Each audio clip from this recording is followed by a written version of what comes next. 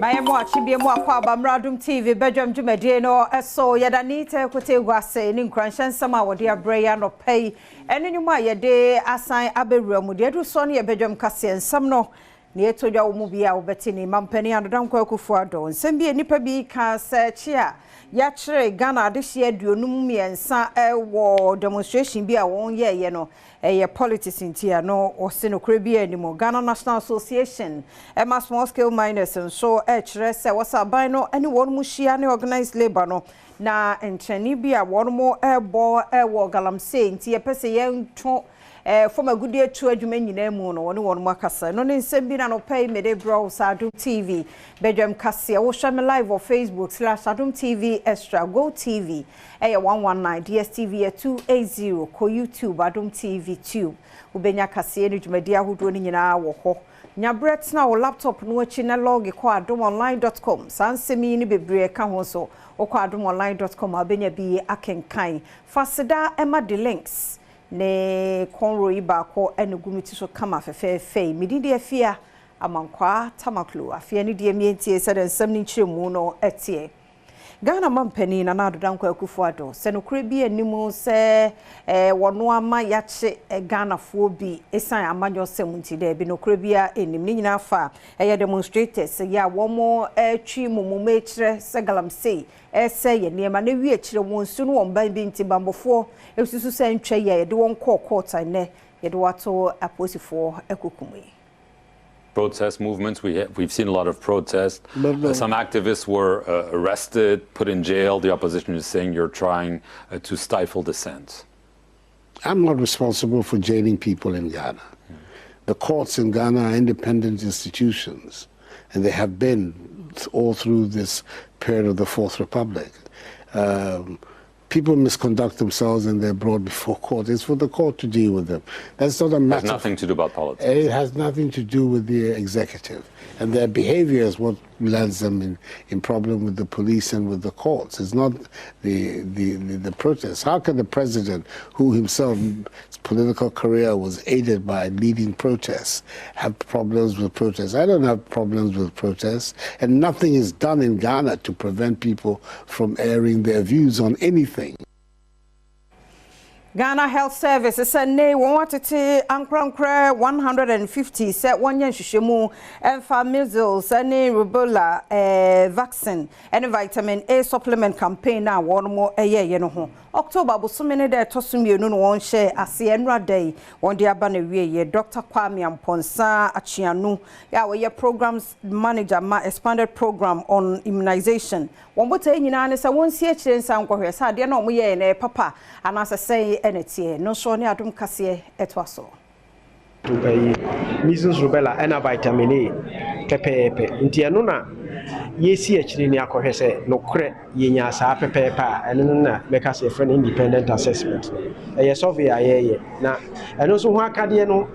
enwo odin pa nti no se wo plan fufura na enam asuehu na wanya nti no wo de aboa se de be ya obetimi asi challenges e ba na no kwan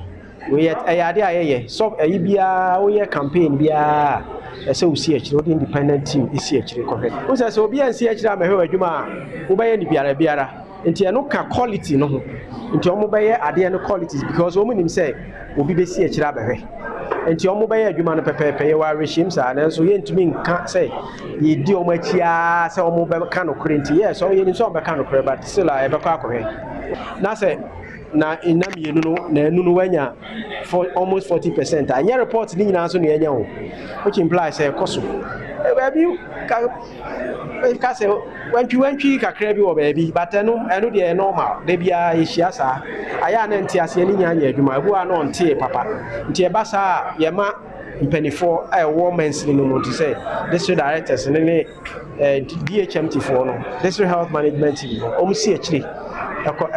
nti so far de yenya bibia ebeka se etwe asan to measles rubella and Ghana National Association of Small Scale Miners and so nimu kwan so ne aban betena se ne organized labor no na enchene bobi a won mo bo se from agudie tuo nyina yentumu ene no woni aban no akase wo mu se galamsefo no sensuwa ene yenkwa ibrentuo no modie nanso wo mo wotumi se wo so wontu from agudie ne de won mo nse de enti yenhuhu kwan se wo se yekase wo mu nyina yento adwuma mu hunsem ene. Organized labor actually say because of illegal mining, Omube declare strike from on the 10th of October. Yes, Rabbi say Niama organized labor and now say demands are all shenu. Your best Rabbi say no one translate the menu ya. Ni enhwe kwampa e befa so na yetumi abre illegal mining ase. If say so organized labor cost striker or mine and kasa no say yigina one leg so. Na say organized labor nso kwotene fie na doctor fo anye adwuma lawyer fo anye adwuma na saafo nyina anye adwuma o man kanko ebe ade ebe dimpa won kase mu na o kirem se wama won task force no ate aguaman yenkwa ibrentuom ne yesu ansuwa so pam wona etuefum agudi a emfam na kwan so na ade obehia ya ban ho moa association no task force ni monitoring team a ye ne on di dwuma. And all the districts are 10 mining districts are affected. No, yeah, association war a hundina. And the task force a monitoring team no, you better deploy na omunso omu ye juma aben lorry kwan so no. Duduana so you best stop near to me. I'm on reclaiming Sasia. Omo said wo lorry kwan no senior and say ye kwan ya ye be pen ye betumi nso asaye. And the best rabbi now waboayen with personnel. Any logistics, if say Jumanu Uya, Unhia Kandie. Enkro mi 9B wa Mansia South, Mensimu Santamantemo, se one mining company bia kwan ma wo ma wo nkro no so emetu fam agudie. Kosi say, one mon someone one mo beka se kro mafo no, adwumakuo no beye, ente saa de a wo ma ho kwan eni.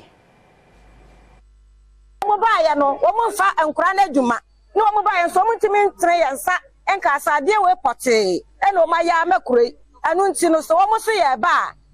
ba se ba ya kuroi usi ma kasa galam ayi kura wo ma na wo ye kura tantan ekom na eku ye nda banche kura ye ntimi nto na yedi e ba ode ye nya bi na yedi ni nyina wo ma ba jinsa ase ni nyina ama ye ho na akire ye enti so wo so wo mo be ba e wo se kuroi mu no wo mo fa emrantie no ani ma ba wa no adwuma kane wo mo ba ye mo se yanko school ana yesu ya kire kwam ahwe ye ma abo ma ko school enti wo ma ko school dia e wo so wo mo ye yanso asade ma ye nana che bafo a odi nkan eye dade so ehene manzi no ma ba ha mire bi atwa amansi apenso no mko ye ana asanko nzu aba abesi semra wo mko e de adwuma na ma company fufuro nti adwuma na mo de ma company fufuro yani ekuro mu ya enkuro nan no upe amanifu mu ya adwuma ni bia sabi unko kuro bia so mpanya nipa be edukura okuro ni aye ahoho nkwa na mo de ya adwuma no enti ye de enje se ya pese na mo yense omo be se training na ekuro mu fo no mu ni adwuma no ye di omu ni mu ye no omu training wo mo na ya mrante no ene ye maba no omu sunya adwuma ni bi nye se bia manini aye se masase no na bia sebe aprapra na yede ma me na hoho